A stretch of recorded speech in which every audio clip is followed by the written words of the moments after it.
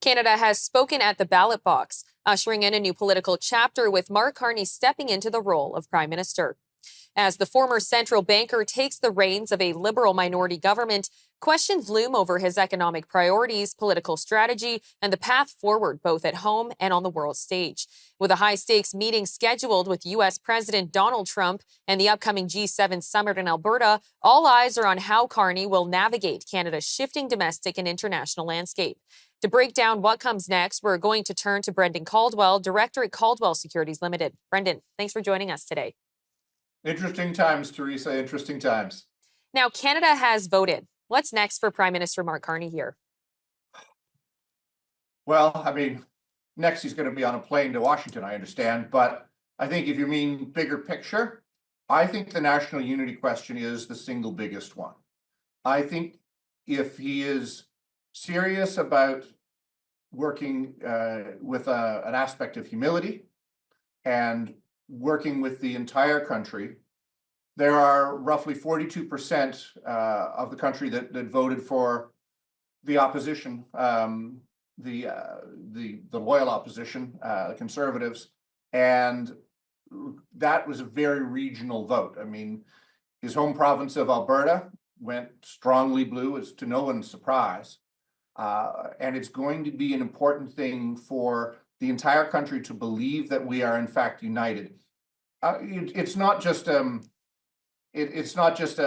what's nice to have right now, because there is a willingness on the part of certainly America, but I think even more globally, to find weaknesses, to find fissures, divisions nationally, and to work on separating those. So it would be in our national interest for the Prime Minister to do what he can to genuinely build unity. It is not going to be enough to say, as has been the custom on both sides of the House, to say that, well, we're united Canada, except for those people over there, except for the people with unacceptable opinions. That's a very U.S. style. We were brought together as a nation because I think that we have more in common coast to coast than our neighbors to the south have, coast to coast or north to south. I think there's actually a great deal of uniformity across languages and regions in Canada, and the tyranny of small differences, I think it would be ill-advised to play on those at this time. And if you did have his ear right now, we've talked about Alberta. What would you tell him to do in order to deal with Alberta and making these calls to potentially separate from Canada? I don't think that government is the answer to absolutely everything. Mm-hmm. It's been increasingly the case that if there's a problem, the government should do something about it. Governments are really only good at doing things that for whatever reason, individuals or communities or provinces aren't good at doing on their own.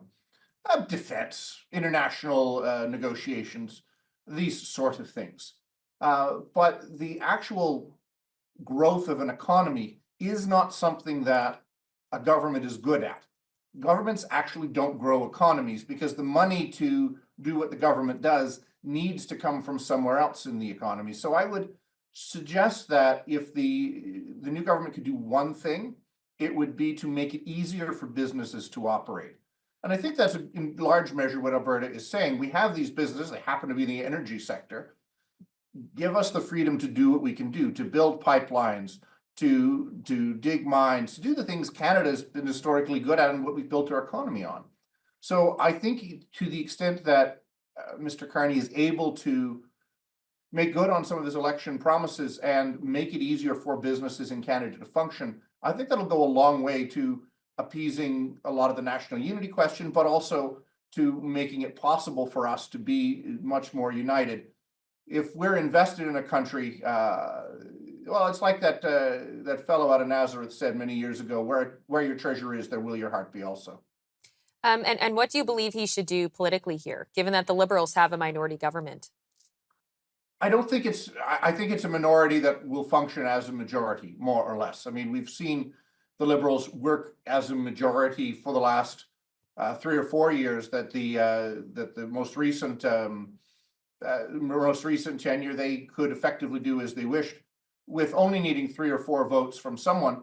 If I were to actually make a suggestion, this may seem implausible given the current political environment, I would suggest crossing the floor and seeing what Liberals and the Conservatives can work on together. It has been said of Mr. Carney by a lot of Conservatives that he would have made a tremendous Conservative Prime Minister. So I think that there may be more in common between the two parties than perhaps there has ever been, well, at least in recent memory. So I would say finding commonality that we can work on this together rather than seeing it as an us and them, us being simply the Liberal Party and the them being not just the Conservative Party, but the public in general.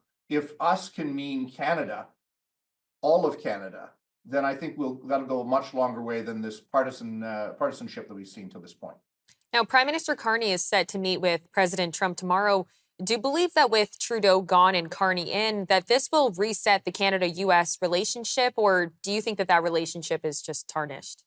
Oh, I think a lot can be done. I think with Mr. Trump, a lot of it's personal, and our former Prime Minister, Mr. Trudeau, went out of his way to insult the president in ways that were just, there's no other word for them, juvenile.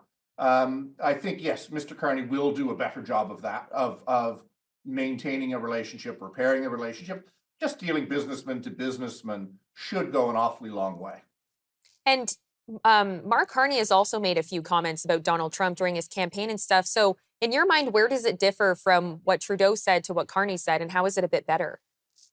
Oh, well, I think in the specific instance of Mr. Trudeau, he was all friendly with Mr. Trump, and then while the cameras were rolling, talked smack about him behind his back, which is like you would do in school, or one might do in school. So when is going eyeball to eyeball with someone and saying something straight to them is very different.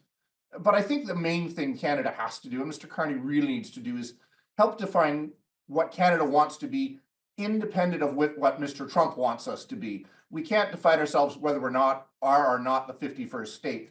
Canada is for Canadians, and to the extent that he can help us develop a unified platform, irrespective of what our neighbors to the south are saying, I think that'll go a long way to strengthen our relationship, not just with America, but with the rest of the world. Well, Brendan, as always, thank you so much for the time today. Thank you, Theresa.